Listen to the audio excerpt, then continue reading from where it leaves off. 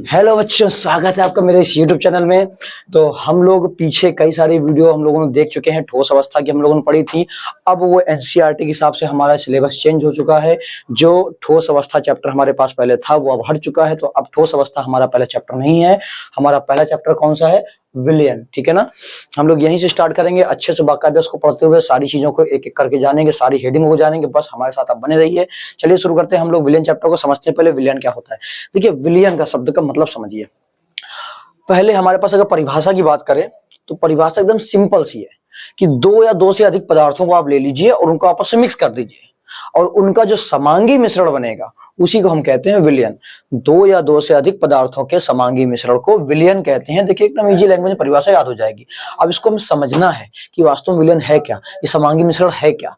तो एकदम सिंपल सी भाषा में आपको बताना चाहूंगा कि जब आप दो चीजों को आपस में मिक्स करें और मिक्स करने के बाद वो इस तरह से आपस में मिल जाएं कि आप उनमें मिलाए हुए घटकों को ना देख पाएं। जैसे अगर हम पानी में नींबू मिक्स कर देते हैं तो फिर आप पानी को देखकर नहीं बता सकते हैं कि उसमें नींबू मिला हुआ है ना। पानी में चीनी को मिक्स कर दें तो उसमें चीनी अच्छे से मिक्स हो जाती है। नमक मिक्स कर दें तो अच्छे से मिक्स हो जाता है। ठीक है ना। तो यहाँ पर ये क्या है, यहाँ पर हम देख पा रहे हैं कि पानी में जब नमक घोला तो नमक के अवयव नहीं दिखाई दे रहे। आप उसी में चीनी भी घोल दीजिए, अब आपको पता नहीं चलेगा इसमें नमक घुली है, चीनी घुली है या दोनों चीज घुला हुआ है पानी के अंदर, है ना। तो वो हमारे पास जो मिश्रण तैयार हुआ है नमक और पानी का या चीनी और पानी का, वही है हमारा समांगी मिश्रण। समांगी मतलब समान अंग, जो एक रूप से, एक समान रूप से क्या हो सके, मिश्रण में अच्छे से मिक्स हो जाते हैं, उनको हम कहते हैं समांगी मिश्रण। ठीक है। और उसी जगह पर अगर आप हम कह रहे हैं कि पानी साथ बालू ले लीजिए तो जरा बताइए समांगी मिश्रण बनेगा क्या? बिल्कुल नहीं, उसको कहेंगे विषमांगी मिश्रण, क्योंकि उसमें अंग समान नहीं है, आपको पानी और बालू अलग अलग दिखाई दे रहा है। ठीक है ना। तो मेरे ख्याल से आपको क्लियर हो गया होगा समांगी मिश्रण क्या होता है, जिसमें उसके अवयव घटक के जो हम मिला रहे हैं, जिनको आप मिक्स कर रहे हैं आपस में, उनके अवयव एक रूप से वितरित हो जाए, समान रूप से वितरित हो जाए, अच्छे से मिक्स हो जाए, आपको उनके पार्टिकल्स ना दिखाई दें, वो हमारा कहलाता है समांगी मिश्रण। ठीक है। और वही हमें क्या करना है कि हमें दो या दो से अधिक पदार्थों का कैसा समांगी मिश्रण तैयार करना है। अगर आपने समांगी मिश्रण तैयार कर लिया तो आप उसको विलयन कह सकते हैं। ओके। एग्जाम्पल हमारे पास लिखा हुआ है जल प्लस नमक, जल प्लस चीनी, जल प्लस ग्लूकोज। ठीक है। अब यहाँ पर हम जरा कुछ शब्दों को समझेंगे। देखिए आप जानते हैं कि आप जब दो चीजों को मिलाकर मिश्रण बना रहे होंगे तो निश्चित तौर पर आपने एक चीज को किसी दूसरी चीज में घोला होगा, है ना। घोला होगा ना, बिल्कुल। जैसे यहाँ पर देखिए जल और नमक में आपने क्या किया होगा, जल में नमक को घोला होगा ना। अब यहाँ पर आपने जल लिया होगा अधिक मात्रा में, नमक लिया होगा कम मात्रा में। ओके। फिर जब जल और नमक को आपस में मिलाएंगे तो हमको एक क्या मिलेगा, जल और नमक का एक मिश्रण मिलेगा।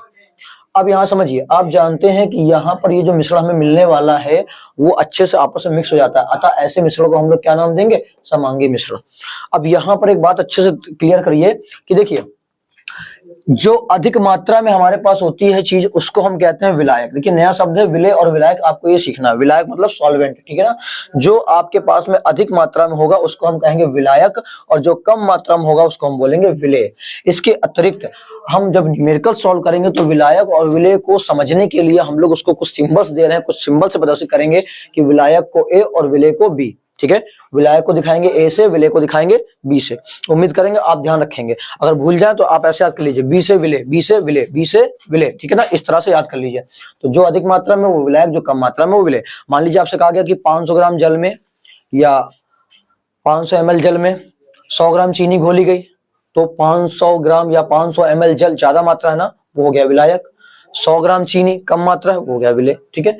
तो अधिक मात्रा और कम मात्रा के बेस पर आप विलय और विलायक को आसानी से छांट सकते हैं और दोनों के मिलने के बाद जो मिश्रण बना है उसको हम कहते हैं विलयन। यानी विलय और विलायक को आपस में मिला के जो चीज हमें मिलेगी उसको हम कहते हैं विलयन। और विलयन को आप टी से दिखा सकते हैं। क्यों? क्योंकि टी का मतलब होता है टोटल। टोटल मतलब विलय प्लस विलायक, दोनों को मिला दिया, मिक्स कर दिया ना, तो टोटल। आप चाहो तो टी से दिखाइए विलयन को, नहीं जरूरत है मत दिखाइए, कोई दिक्कत नहीं। ठीक है। बट अगर इच्छा हो तो आप टी से उसको शो कर सकते हैं। कहीं कहीं हम लोग करेंगे, जहां जरूरत पड़ेगी, नहीं पड़ेगी तो वहां पर शो नहीं करेंगे। ठीक है। बट याद रखिएगा विलायक का मतलब ए, विलय का मतलब बी। और पहचानेंगे कैसे? जो अधिक मात्रा में वो विलायक, जो कम मात्रा में वो विलय। तो यहाँ देखिए नीचे लिख के हमने रखा हुआ है कि जो अधिक मात्रा में होगा वही हमारा विलायक है, जो कम मात्रा में होगा वो विलय है। इसके अलावा और पहचानने तरीका क्या है? तो सवाल में आपसे साफ साफ बोलेगा कि इसको इसमें मिलाया गया है, ठीक है, इसमें इसको घोल के विलयन बनाया गया, ऐसा कुछ क्वेश्चन आपसे जरूर कहेगा। जब आपको इस तरह से बोलेगा तो आप बस इतनी बात ध्यान रखिए। देखिए जिसमें घोला जाए जिसमें आप घोल रहे होंगे वही विलायक है, और जिसे घोल रहे होंगे वो विलेय है। ओके, क्या कहा? जिसमें घोला जाए वो विलायक, जिसे घोला जाए वो विलेय। जैसे हमने कहा था कि पानी में नमक को मिलाया गया, तो पानी में घोला जा रहा है नमक को, इसलिए पानी विलायक और नमक विलेय। ओके, जिसे घोला जाए वो विलेय, जिसमें घोला जाए वो विलायक, ऐसे छांट सकते हैं। या फिर जो अधिक मात्रा में हो वो विलायक, जो कम मात्रा में हो वो विलेय। उम्मीद करेंगे आपको समझ में आ गया होगा विलेय और विलायक भी अच्छे से। ठीक है, देखिए ये स्टार्टिंग की क्लास से बहुत इंपॉर्टेंट रहती है, ठीक है ना। जब तक आप इसको कवर नहीं करेंगे तब तक आपको हो सकता है आगे चीजें समझ में ना आए, तो इनको अच्छे से तैयार कर लीजिए। आपको अगर कोई प्रॉब्लम हो रही है तो एक बार रिवाइंड करके भी देख सकते हैं। ठीक है, हमारे पास देखिए नोट लिखा हुआ है, कह रहा है यदि हम लोगों ने दो घटकों को मिलाकर विलयन बनाया तो ऐसे विलयन को हम कहते हैं द्विअंगी विलयन। मतलब दो चीजें मिलाई हमने केवल।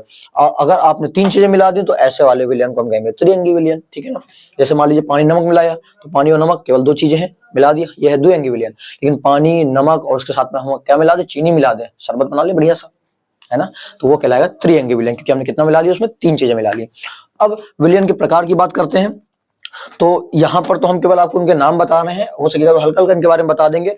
इसके अलावा इसके बारे में डिटेल में हम अगली वीडियो में सीखेंगे। ठीक है, तो देखिए हमारे पास क्या है, हमारे पास लिखा हुआ विलयनों के प्रकार। विलयनों के प्रकार, तो हमारे पास जो देखिए पहला टाइप है, इसमें फर्स्ट टाइप में देखिए लिखा हुआ है कि अवयवों की मात्रा के आधार पर, जो हम घोलने वाले हैं, जो मिलाने वाले हैं, उसकी मात्रा के आधार पर, विलेय और विलायक की मात्रा के आधार पर हम कितना कितना ले रहे हैं, इस मात्रा के आधार पर अगर बात करेंगे तो हमारे पास 5 प्रकार के विलयन होते हैं। तनु विलयन, सांद्र विलयन, संतृप्त विलयन, असंतृप्त विलयन, अति संतृप्त विलयन। ठीक है, ये 5 प्रकार के हैं, नाम याद कर लीजिए। अगली वीडियो में इसके बारे में डिटेल में चर्चा करेंगे। तनु विलयन, सांद्र विलयन, संतृप्त विलयन, असंतृप्त विलयन, अति संतृप्त विलयन।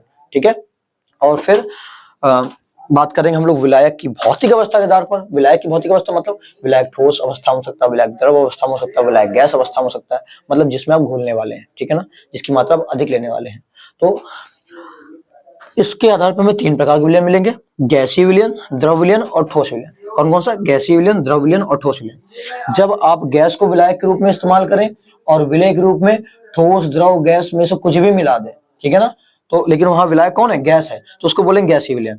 जब आप द्रव को विलायक के रूप में इस्तेमाल करें और फिर ठोस, द्रव या गैस को आप विलेय के रूप में इस्तेमाल करते हैं तो वो कहलाएगा द्रव विलयन। फिर आप ठोस को विलायक के रूप में इस्तेमाल करें और फिर ठोस, द्रव, गैस, इन तीनों में से किसी को भी आप विलेय के रूप में इस्तेमाल करते हैं तो कहलाएगा ठोस विलयन। मतलब विलायक जो आपका है अगर ठोस होगा तो वो ठोस विलयन, अगर आपका विलायक द्रव है तो द्रव विलयन, अगर आपका विलायक गैस है तो गैसीय विलयन हमको मिलेगा। अब आपको ये लगेगा कैसे ठोस कैसे विलायक हो सकता है? द्रव तो समझ में आ रहा है, ठीक है, पानी विलायक होता है, पानी में हमने चीनी घोल दिया, ये भी समझ में आ रहा है। गैस कैसे विलायक हो सकता है? इसके बारे में, सबके बारे में डिटेल में चर्चा करेंगे हम लोग अगली वीडियो में। ठीक है, तब तक के लिए आपको करना क्या है, इसको अच्छे से तैयार कर लीजिए। विलयन की परिभाषा, विलायक और विलेय को समझ लीजिए और ये नाम याद कर लीजिए। ठीक है ना, तो आपसे हम लोग क्या करेंगे, नेक्स्ट वीडियो में इसके बारे में विस्तार चर्चा करेंगे। जल्दी से आप इसका स्क्रीनशॉट ले लीजिए और प्यार प्यार से नोट्स बनाइए। चलिए जल्दी से लीजिए।